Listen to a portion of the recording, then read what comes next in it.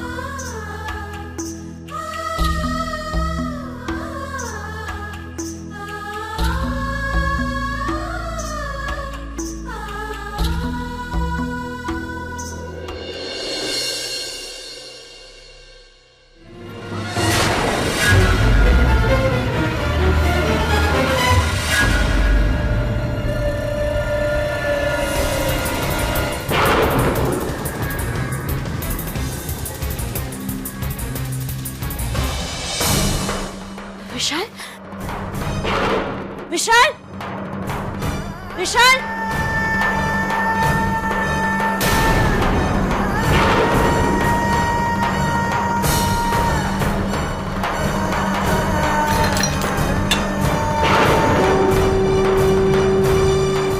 विशाल, विशाल, विशाल कहाँ हो तुम?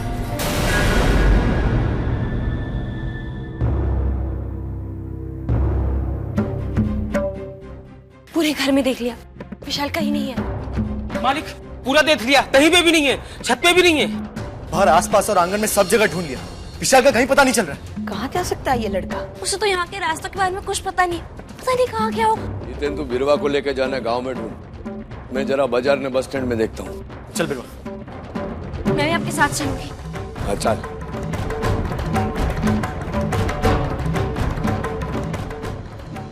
पता नहीं कहाँ गया है विशाल।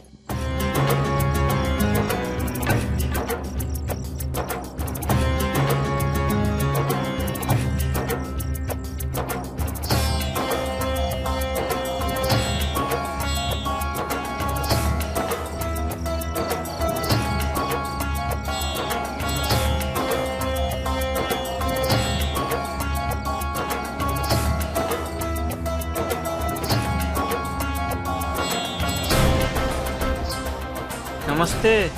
हाँ कैसे हैं? हम ठीक हैं। अच्छा हाँ बाद में बात करते हैं। कहाँ जाओगे बेटा? इस पते पे।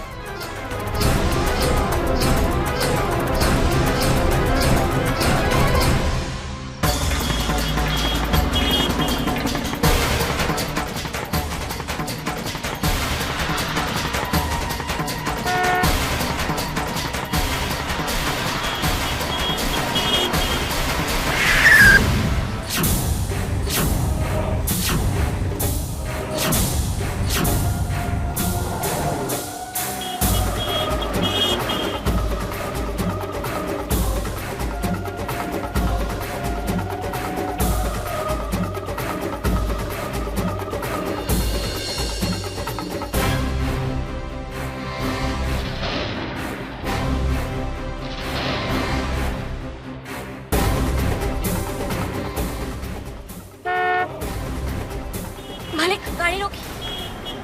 विशाल,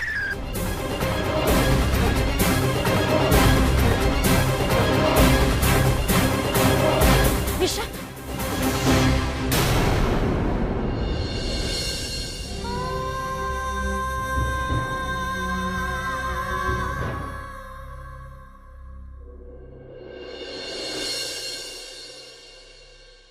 पूरा गांव छान मान लिया था रुफई, लेकिन कहीं पता नहीं चला विशाल का। मैंने कद्दू के घर भी फोन कर पूछ लिया, विशाल वहां भी नहीं है। समझ में नहीं आ रहा है कि विशाल कहाँ गया होगा। हेलो, हाँ क्या? नहीं नहीं, हम लोग अभी पहुंच रहे हैं। हाँ क्या हुआ रुफई? विशाल का पता चल गया है। कहाँ है वो? वो पागल लड़का जेल में पहुंच गया है। जेल? अंकल, मुझे मेरी मम्मा से मिलना है। बेटा, यहाँ के कुछ कायदे कानून होते हैं। तुम्हारे मम्मी पापा आते होंगे तुम्हें साथ ले जाने के लिए। मुझे नहीं जाना घर, मुझे अपनी मम्मा से मिलना है। हवलदार, पकड़ो से, ले आओ अंदर इसको। छोड़ दो मुझे, छोड़ दो, छोड़ दो। पकड़ो।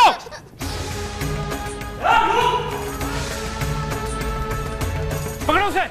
मम्मा, मम्मा, मम्मा, मम्मा, मम्मा, मम्मा।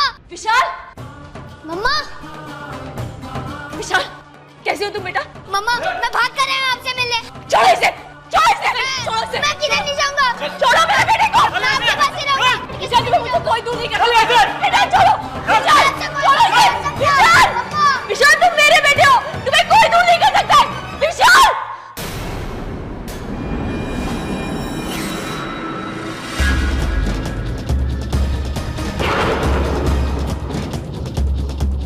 मुझे मेरी मम्मा के पास जाना, छोड़ दो, छोड़ दो मुझे। मेरे बेटे को मत लेके जाओ, रुक जाओ। छोड़ दो।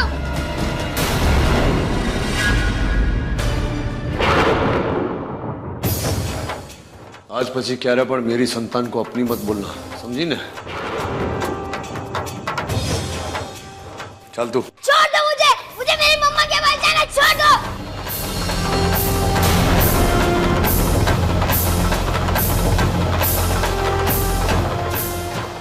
संतु, मुझे देखकर तुम्हें तरस आ रहा है ना?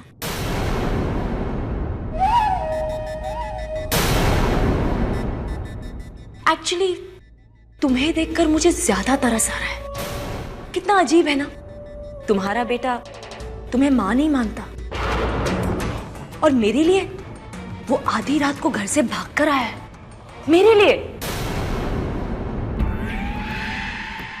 पता है संतु, उसके मन में तुम अपनी जगह कभी नहीं बना पाओगी। वो हमेशा मुझे ही अपनी मां समझेगा। तुम्हारे पास रहकर भी वो तुमसे इतनी नफरत करेगा जितनी डीएम मुझसे करता है।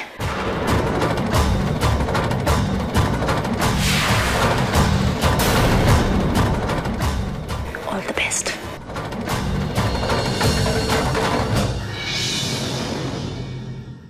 छोड़ दो मुझे, मुझे मेरी मम्मा के पास जाना है, मुझे मेरी मम्मा के पास जाना है। बेटा जिद नहीं करते, मेरी बात सुनो, घर चलो। नहीं, मुझे मेरी मम्मा के पास जाना है। दरोगा साहब, मैं હવે वो महिला की शक्ल नहीं देखना चाहता। तुम एक काम करो, उसको यहाँ से दूर कोई कारागार में भेजो। माफ कर दो धर्मराज भाई, ऐसा करना मेरे हाथ में नहीं है। इस बारे में मैं अपने बड़े अधिकारियों से बात करूंगा। हाँ, जे पण करो जरा फटाफट करो।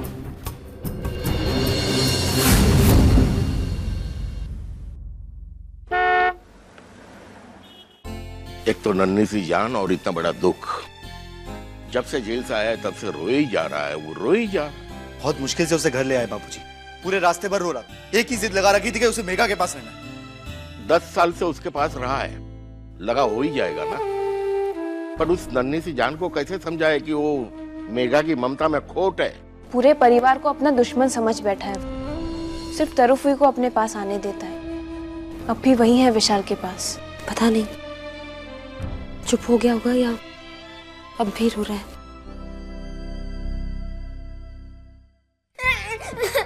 देख विशाल, विशाल तू रोना नहीं, रो रो के आंखें सूज गई है तेरी। चुप हो जा बेटा। तरुफी, तुम मेरी सारी बात मानते हो ना? प्लीज मुझे मेरी मम्मा के पास चलो ना। प्लीज तरुफी, मुझे मेरी मम्मा के पास जाना। प्लीज तरुफी। हाँ हाँ हाँ बेटा, मैं ले चलूंगी तुझे। मुझे अभी जाना। तू चुप हो जा पहले। प्लीज मत तरुफी, मुझे ले चलो ना। प्लीज तरुफी, मुझे जाना। विशाल, क्या हुआ तुझे? विशाल, तुझे तो तेज बुखार है।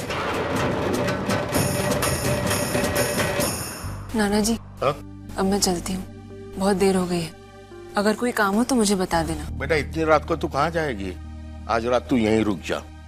बाबूजी, हाँ? बाबूजी विशाल की हालत मुझे ठीक नहीं लग रही। पहले रो रो के बुरा हाल किया है उसने, अब तो बुखार से तप रहा है वो। बाबूजी डॉक्टर को बुलाइए।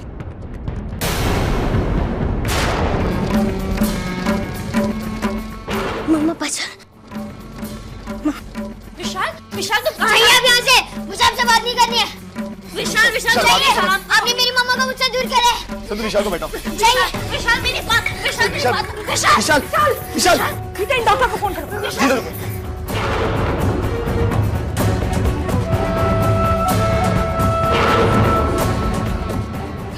विशाल विशाल आगे खोल, इनमें देखिए ना क्या हो। विशाल विशाल आगे खोलो। विशाल विशाल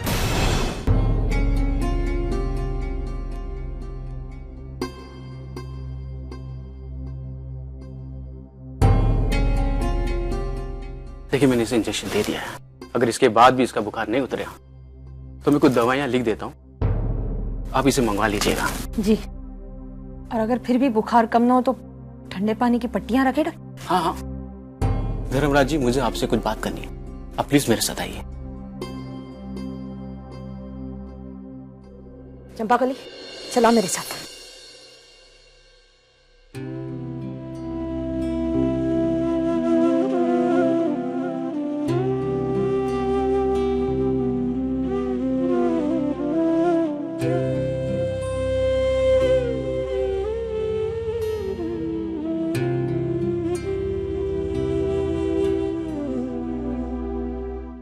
देखिए इस बच्चे को कोई गहरा सदमा पहुंचा है, ये सदमा शायद बुखार का कारण हो, इसके मन में कोई तनाव है, अगर ये तनाव बढ़ गया तो इसका तबीयत बिगड़ सकती है। और बार बार अपनी माँ को क्यों बुला रहा है, इसकी माँ कहाँ है, आप उसे जल्दी बुला लीजिए यहाँ। देखिए शायद वो अपनी माँ को देख के इसकी तबीयत ठीक हो जाए।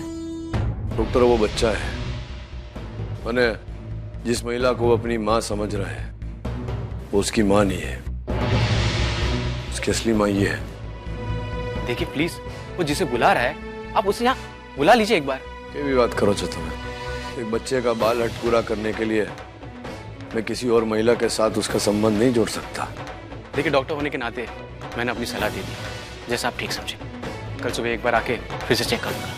जय श्री कृष्ण। आओ डॉक्टर। अच्छा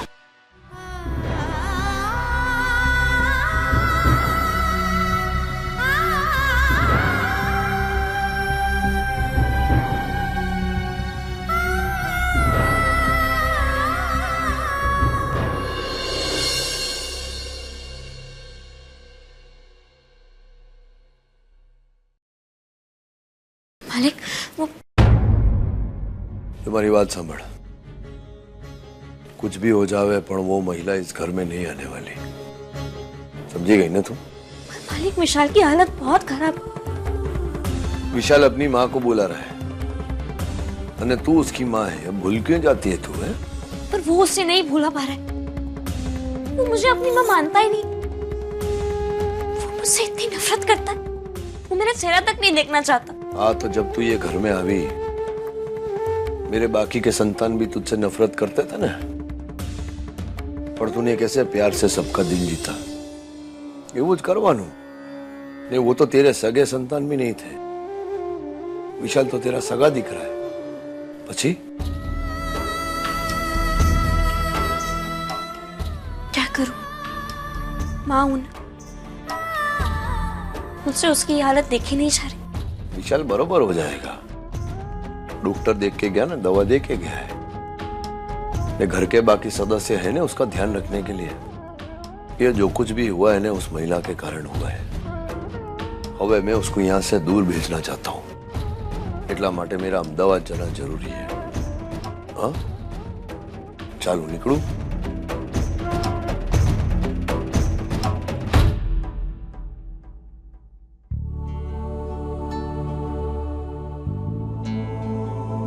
क्या कर रहे हो हितेन? तोरल काम से जा रहा हूँ। इतनी रात को कहाँ जा रहे हो? तोरल पापा ने कहा कि अर्जेंट अहमदाबाद जाना है, इसलिए बस जा रहा हूँ। हितेन इस वक्त सुबह चले जाना। नहीं तोरल, तो पापा ने कहा है तो जाना ही पड़ेगा ना। हितेन आज सुबह से तुम दौड़ भाग कर रहे हो, इस वक्त कोई और चला जाएगा, सूरज को बोल दो। तोरल पापा ने मुझे कहा है ना, तो मैं ही जाऊंगा। अब पापा को मना कैसे कर सकता हूँ? अच्छा, मुझे तो हर काम के लिए आसानी से मना कर देते हो तुम। हितेन आज सुबह से एक बार भी देखा है अपने बच्चों को? दोनों की तबीयत खराब है, मैं खुद गई थी डॉक्टर के पास उनकी दवाई लेने, लेकिन तुम? मैं भी घर का काम करती हूँ हितेन और बच्चों को भी संभालती हूँ, तुम्हें तो उनकी कोई चिंता ही नहीं। ऐसा तुम्हें लगता है तोरल? लगता नहीं हितेन, मुझे दिखता है। जब तुम्हें ऐसा ही दिखता है तुम्हें कितनी भी कोशिश कर लो अपने बच्चों की, तुम्हें कभी कुछ नहीं दिखने वाला। लेकिन हितेन, बस सोरेन, मैं इस बारे में और बहस नहीं करना चाहता तुमसे। काम से जा रहा हूँ, आगे बात करूंगा। हितेन,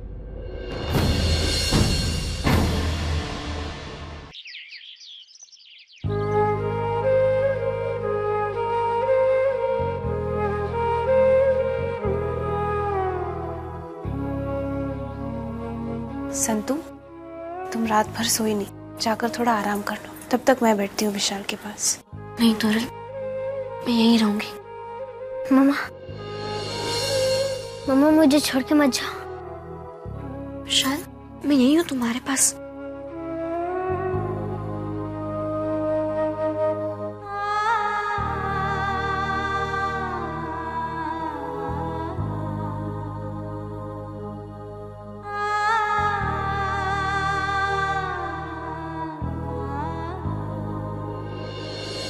हटिए आप यहाँ से। आप मेरी मम्मा नहीं है, जाइए यहाँ से, निकलिए, चली जाइए यहाँ से। विशाल, विशाल, विशाल, विशाल, विशाल, विशाल, विशाल।